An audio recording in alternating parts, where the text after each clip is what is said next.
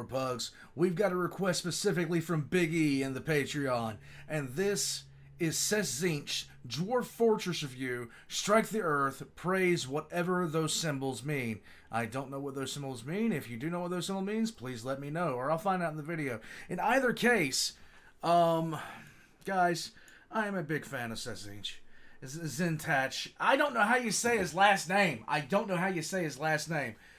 You guys can pummel me for that later. But for now, we're going to get into this. All of Seth's links are going to be in the description down below. I highly recommend him. Mainly because he's going to hurt my sides in this probably. Most likely. It happens pretty much every time I'll check him out. Guys, leave a comment on this video. I'm going to be checking this out. I don't know what to expect. I never played Dwarf Fortress. Everybody talks that has played this game talks about Dwarf Fortress like it's something like it's an absolute classic, but I never once played it.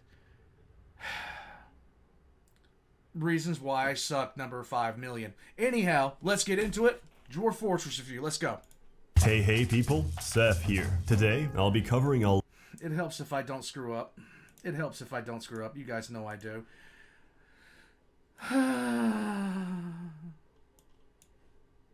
Someday I will get this right.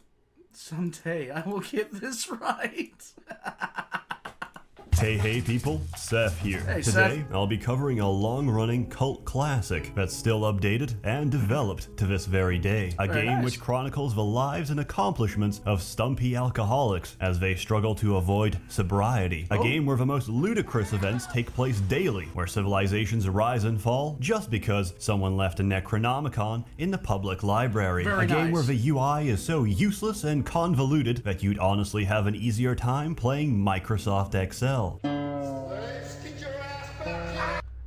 Is it Eve? I'm a performance artist. Deep, dark fantasies. Gang enough. Come on, college boy. On my shoulder. Why? I'm speaking, of course, about Dwarf Fortress. Dwarf Fortress is less of a game and more of a complex fantasy world simulation made by one guy over 20 years, and probably for the rest of his natural and unnatural lifespan, Well, there as we we go. plan to crowdfund Tarn Adams a synthetic body so he can focus on what truly matters. Dwarf Fortress really is one of the greatest autism projects to ever blossom. Fun fact, it's also the hardest game to run on PC. Even an i7 processor chokes and dies the moment you forget to sterilize your cats. If not for the ever-increasing technological demands of Dwarf Fortress, AMD and Intel would be bankrupt right now. To even begin playing Dwarf Fortress, you'll need some prescription medication. But Okay. more importantly, you'll need a world to play in. So, we create one, we set some parameters, and the game will then calculate 250 fucking years of history for this randomly generated world. And, depending on your computer, this may also take 250 years. Once the world is made, it's all yours. And like Yay. an abusive lover, she will caress and beat you senseless. And each time, you'll come back for more. There's 2 main game modes you can play in Dwarf Fortress. You can either choose to embark on distant lands and lead a fortress to ruin, or die horrifically in the pursuit of adventure. To begin, let's cover Fortress mode first. All you have Okay. to do is pick a nice place to embark, and that's about it. Despite common myths, Dwarf Fortress isn't complicated. Just follow a couple of tutorials and you'll be a seasoned veteran in no time. You should Yay! also download and use the Lazy Noob Pack because the game is almost unplayable without it. Some may disagree with this statement, but to put it simply, they're fucking wrong. These same okay. people will disagree with my choice of tile set, or the fact that I use a tile set at all. To answer these concerns and make this video that much easier to watch, I will be using all of the tile sets at random. In Okay. Fortress mode, you start out with 7 dwarves, given the difficult task of establishing civilization. The longer you survive and flourish, the more migrants will arrive from neighboring cities, attracted by the promise of your growing fortress. From Well, there yay. on, any number of things can happen. Disaster, tragedy, invasions, and tantrum spirals which threaten to end your fort at any given moment. So this is RimWorld before RimWorld, pretty much. But whether you live or die, just remember, losing is fun. It's impossible to cover everything, so let me tell you some stories. The first fortress I ever founded was absolutely terrible. We had no metal, so instead we fought with sticks and traded pottery for any possible scrap of metal. We also lived in constant fear. There was a were-zebra on the loose. A were-zebra? He kept eating my chickens and trampling my dwarves. As if I couldn't escape the furry menace in real life, it torments me in my video games as well. It turned out that the were-zebra was a human musician who plays at my tavern, so I let him stay and snap a few chicken necks every month. The place was actually quite successful. 5 years on and no major invasions. What the hell? I asked my friend, who knows Dwarf Fortress, to take a look. He came back shocked and told me, "You're not at war with the goblins." How? I had no idea. My fortress was a place of culture and learning, of drunken revelry and international diplomatic renown. Well, that's all good things, but if there's no conflict, there's no fun. Life proceeded as normal. And then, one day, one of my guests of honor, a legendary human wrestler, had too much to drink and went into a murderous rage. He proceeded to grab a goblin dancer and pulled off her lower jaw. As she was screaming, he began thrashing her with her own jawbone. The situation quickly deteriorated as she retaliated back. My other dwarves, upon seeing that a man was under attack and fearing for his life, used appropriate self-defense to remove the assailant's ability to chew food, launched into a furious brawl. It was a bloodbath that What in the hell?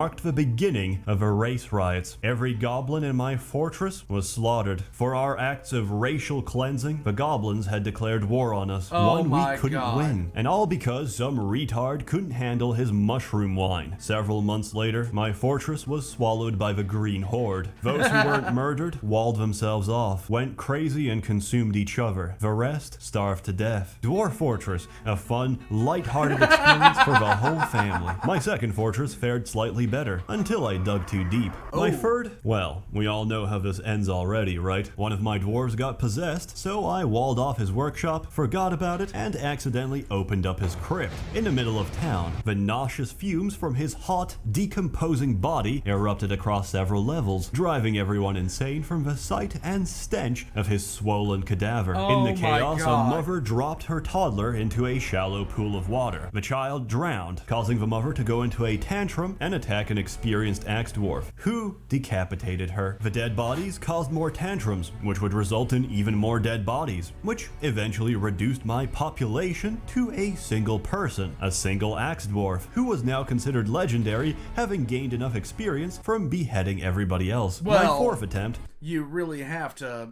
go that way if you're gonna, Dude. Was actually fine. The fortress still stands as a grisly reminder of why we have health and safety. I read online somewhere that you could train your dwarves extremely quickly by constructing a danger room. The idea is simple. We put a dwarf in a room filled with traps, we activate them, and our brave warriors will gracefully dodge and block every single one of them. But this process wasn't fast enough, so we replaced the traps with coins. We hit the lever and 500 freshly minted coins would harmlessly ricochet at high speed across the room, turning our dwarves into professional soldiers instantly. This is also how we do sandblasting, apparently. However, it didn't work. 500 coins suddenly ricocheted at high speed and destroyed my dwarf's windpipe. Even the best surgeons available couldn't operate quick enough to restore oxygen supply. The cause of death was ruled to be asphyxiation by legal tender. Not to be dissuaded, I tried to optimize coin training. I made my men wear 5 layers of cotton around their necks. The results? Several women were now widows, and about a dozen men were now buried without a throat. It turns out coins are very dangerous. Attempt number 5. My current... Anybody that's played, oh my god, what's that game?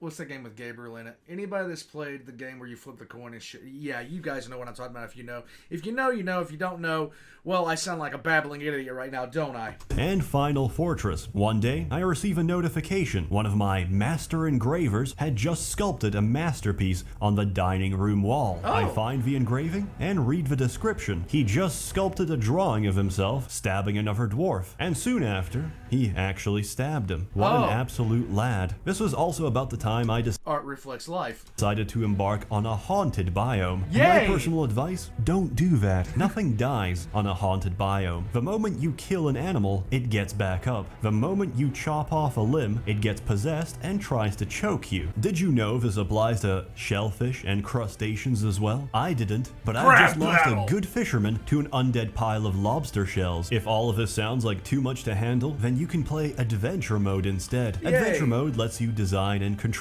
a single character that can interact with, influence, and shape the world. Once again, it's impossible to cover everything, so instead, I'll share some of my character's exploits. Okay. The very first character I ever made was a human, locally renowned for his acts of heroism. I didn't know the controls and didn't really care. I spent my entire time accusing children of being vampires and throwing silver at them until they died. No one dared intervene in my righteous crusade against darkness. Incidentally, one of the people I accused was actually a vampire who proceeded to kill me instantly to get rid of the evidence. My second character was a kobold who had successfully integrated with modern civilization. To demonstrate how integrated I was, I immediately assassinated the king. To my surprise, the guards didn't even care. My reward for committing regicide was monarchy. I had become the new ruler of this kingdom. I spent the rest of my career spreading rumors that the previous king was murdered by myself. Everyone refused to believe it and said I, the king, was full of shit. My third character managed to find a really nice book, a book of necromancy, which I generously donated to one of my fortress libraries. After retiring from adventuring and checking up on the place, I was pleasantly surprised to find the place overrun with undead. Then, I got bored and installed some lore-friendly mods. Currently, I'm playing as Vegeta, a local Saiyan prince who accidentally used instant transmission to teleport to hell. There, I learned that the wrestling system in Dwarf Fortress is extremely elaborate, allowing Vegeta to chokehold demons while he plucks out their necks. After returning from the underworld, Vegeta spent several hours vomiting on townspeople and indirectly killed a child by doing push-ups. Later, If anybody could do that, I think it would be Vegeta. that day, an elvish serf refused to yield to the Saiyan prince. He rejected his generous demands for both of his shoes in exchange for his life. Now, I'm not very good at Dragon Ball Z lore, but I don't remember Vegeta being able to make Destructo discs. But who gives a shit? In this mod, he can. So, I decapitated a bunch of elves with energy discs and turned into a giant ape. Then I got drunk and crawled on the floor, Return to monkey. stealing people's genitals. In case you haven't figured this out already, Dwarf Fortress is an amazing game. And not only that, it's unique. There's nothing quite like it. It's a sandbox and you make your own fun. And if you get bored of sand, there's a billion mods out there which make the game that much more intricate and entertaining. Sure, it's hard to get into, but then again, so are nursing homes. I give it a perfect score. Perfection is subjective, which is why everyone will see something different. Or something gay. As always, more content to come, so stay tuned. This video comes out much later than expected. What's up with that, Seth? You lazy schmuck? You've not even taken our money since November. Truth be told, I took a corporate position in December. Then, I realized I can do 100 times more by myself. So, I'm going all in. Seth is going full time. A warm thanks to the many members of the Merchants Guild who have been generously funding and bankrolling these videos. You're all truly wonderful. I missed the chance to say this before, so Merry Christmas, Happy Hanukkah, and have a Happy New Year. Oh my god.